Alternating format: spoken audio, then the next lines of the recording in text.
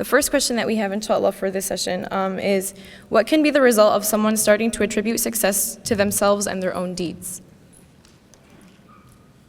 So,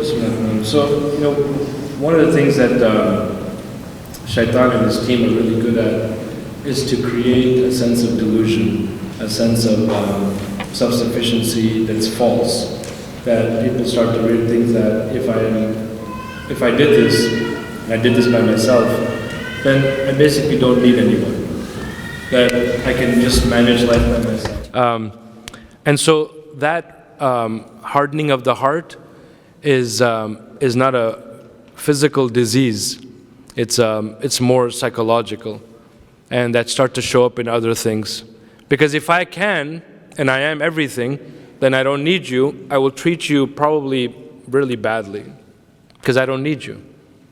Like, I don't need you. I don't need you for anything. Kids start to say that to the parents at an early age now, because they start to realize that I can do these things. I don't need you. But that's just a slippery slope.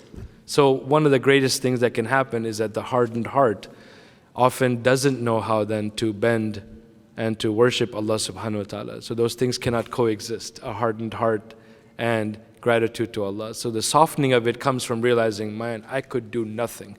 I literally could do nothing. And if you want to know what this is, look to the husband or the wife when they're giving a speech, or at least saying a few words at the janazah of their husband or wife.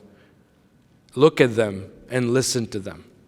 You will find, if there was love and a loving relationship throughout the years, you will find them basically saying, I was nothing. I was nothing, and through this marriage, I became something or someone. And that humility, the tears in their eyes, if you see that, you will start to realize that, subhanAllah, we really can't do anything on our own. We have to be grateful at every step of the way, every step of the way. And the culture is beautiful. The Prophetic tradition is amazing. You can't even wake up without having to say something. You wake up with the dua. You wake up with the dua. You're about to go to make wudu for Fajr, you enter the bathroom, you make a dua, and come out, you make a dua. Everything is from Allah. Every single thing is from Allah. Even when you travel, you make the dua for travel. My wife, when we're looking for a house and the real estate agent who's not Muslim was sitting there, every time she would see that my wife was making a dua, and she goes, what do you do? What do you keep saying every time we drive? And my wife was like, because the kids were with her, she was repeating it, and she was like, we pray. And the reaction of this person who's not a Muslim, she goes, wow, you must be really bad drivers. Because you pray every time you drive, right? That's not what this dua is, right? The dua is not that. It's saying that we would not have even secured this means of travel had you not, oh Allah, blessed us with it, right? Blessed us with it. I have a friend, by the way, beloved soul, who says this dua in an elevator. Take that. Who says the dua in the elevator, because what do you know? You think you got control over the elevator? You don't, especially not at these conventions. The next question that we will move on to is, how do we build self-confidence in sharing our strengths while avoiding being arrogant? Yeah, so arrogance and showing off is, the scholars tell us, the guy who was praying in the masjid and then people were just watching him pray, and he just prayed so much that they just used to come and sit and watch him pray. And then he would know that they were watching him pray. So one day he was in ruku and they were saying like, mashallah, look how much he prays. And in ruku he turns to them and he goes, and I'm fasting too. Some of you didn't get that, it's okay, it's all right. So there's a fine line between me saying that I'm very confident that I know what to do, and in making you feel bad that you don't know what I know. Did you hear what I just said? There's a fine line between me knowing, very confident that I know what needs to be done, and in making you feel badly that you either don't know or will not be able to do it unless I intervene. And how do I do that, right? Ali radiallahu ta'ala anhu, his beloved grandchildren, his beloved children, the grandchildren of the Prophet sallallahu alaihi wasallam. You know this story, right? It's a beautiful story of the older gentleman who was trying to make wudu and was clearly not doing well, right? In terms of the mechanics of the wudu. And they saw him. And they come from the household in which Islam is being revealed, was revealed. Who has more right than them to say, oh my God, man, cluelessness. Like, do you need 10 gallons of water to make wudu, right? You missed a spot, like these things are dry, the elbow is dry. This is what goes on in my household all the time with my kids. By the way, this new generation knows how to do wudu faster than any other group I've ever known, and they keep their wudu for longer than any other generation in Islamic history, mashallah. Right? I asked my daughter, who's 7, the other day, I go, are you ready for Dhuhr?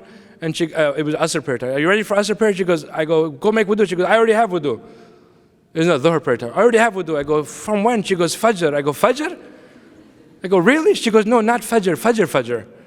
Because she had prayed whenever she woke up and mom was helping her or whatnot, so it was much later, so it was closer to Dhuhr time. But I didn't know what Fajr is. I know what Fajr is, right?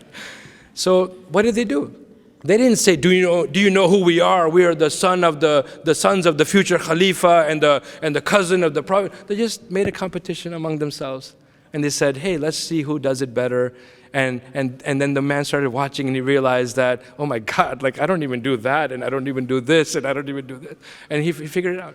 So sometimes you can show up and ask questions in a polite way, and then lead people to the answer. So the Socratic method of learning is something that the prophetic tradition already shows us. You ask questions, you start to engage people, and then they start to realize, wow, he's genuinely or she's genuinely curious, so let's answer the questions. As they're answering, they realize, oh my God, this is so not the way to do that. And the person hasn't said a word of admonition or a word of making them feel badly.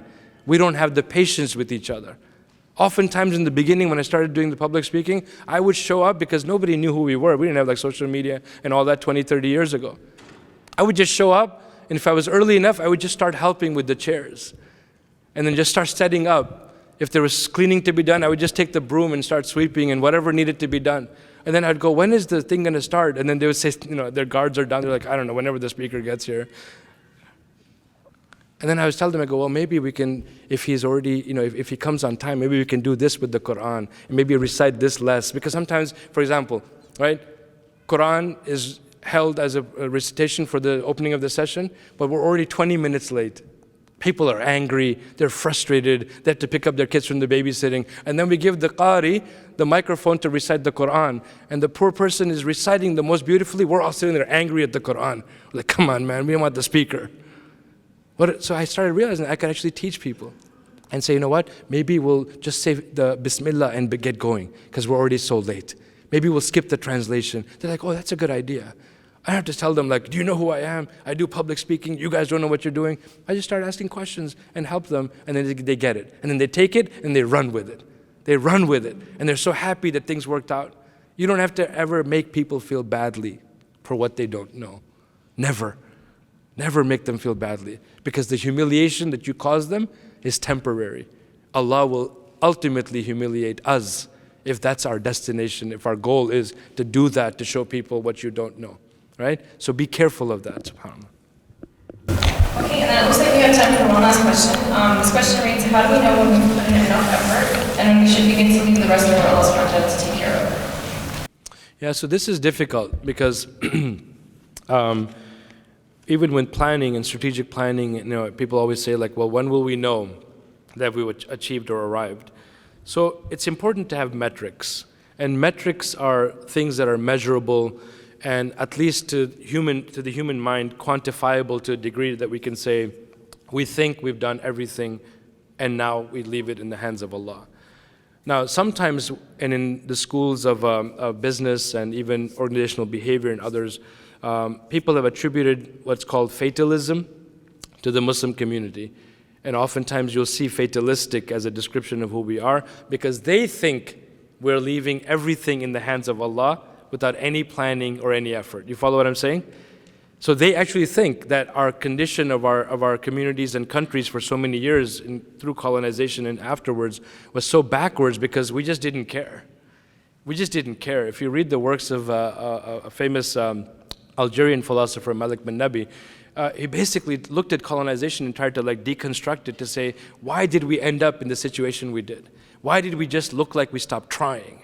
We just gave up. We're like, it doesn't matter. Allah is in charge, so we're just going to let things be. So when people looked from the outside in, we look so backwards to them. We look so backwards to them. He gave the example of an elderly woman, the grandmother of someone, who would be cleaning and using the broom to sweep the ground. And her back over time had arched and arched and arched because the handle of the broom was short. It's an analogy. The handle was short. Nobody had thought, hey, if we just extend the handle of the broom, all of us who sweep can actually sweep like this and have good form and all of that. It was an example of the condition that we had become. So you don't give up trying, but you also have to have the best plan. If you know Sean King, who's like a preeminent journalist and is appearing now so much more in our radar because he's a beloved ally of the Muslim community, he has a book coming out. And he mentioned this. One of the major things he says is to make sure that our plans are very sophisticated. We shortchange ourselves because we think we did a good plan. It's not a good plan. We rush through it because we wanted to show people that we have a plan. No, work hard at it. So have metrics and say, what will we consider as first level success? What will we consider as second level success? And what will we mean that we've arrived? We had a GPS to come to Chicago. For example, we drove from Virginia through Toledo, right? The GPS is very clear. I could just put in Chicago, Illinois, and it would just kind of get me to Chicago. But if I put in the Hyatt at McCormick, I'm getting what? Closer in terms of coordinates. Specifying exactly which entrance I can go to because then I can drop a pin.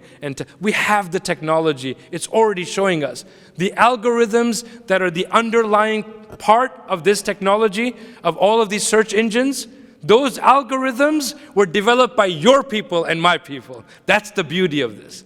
They were the ones that came up with the notion of having an algorithm to develop all of these advances, and then we fell asleep. So we don't say we know exactly when things will be success. Sometimes you may actually get there. It may be the wrong Hyatt. There's many Hyatts in Chicago.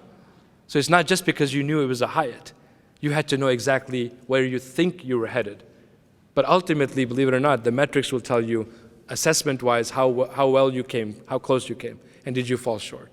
So let us make sure that we have that full and sophisticated plan, the metrics to get there, and ultimately, and by the way, just the last thing to say this, in psychology, those of you who are majoring in psychology, the obsessive-compulsive behaviors of people, it's amazing how Islam, even in this part of it, is such a blessing. The Prophet ﷺ and the madhabs are slightly varied on this, but even, for example, if you have a stain, a blood stain on your garment, right?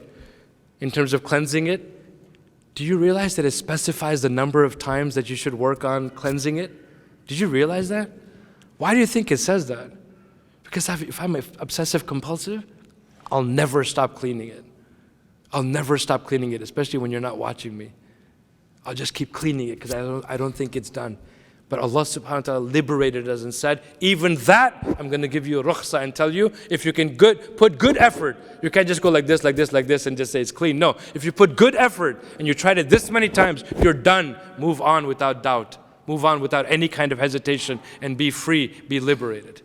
And this is the beauty of our religion. That we may not know exactly, that we achieved exactly the outcome we wanted, but we know we did our best, we had metrics, and then ultimately Allah is in charge. Jazakumullah khair. All right, so that does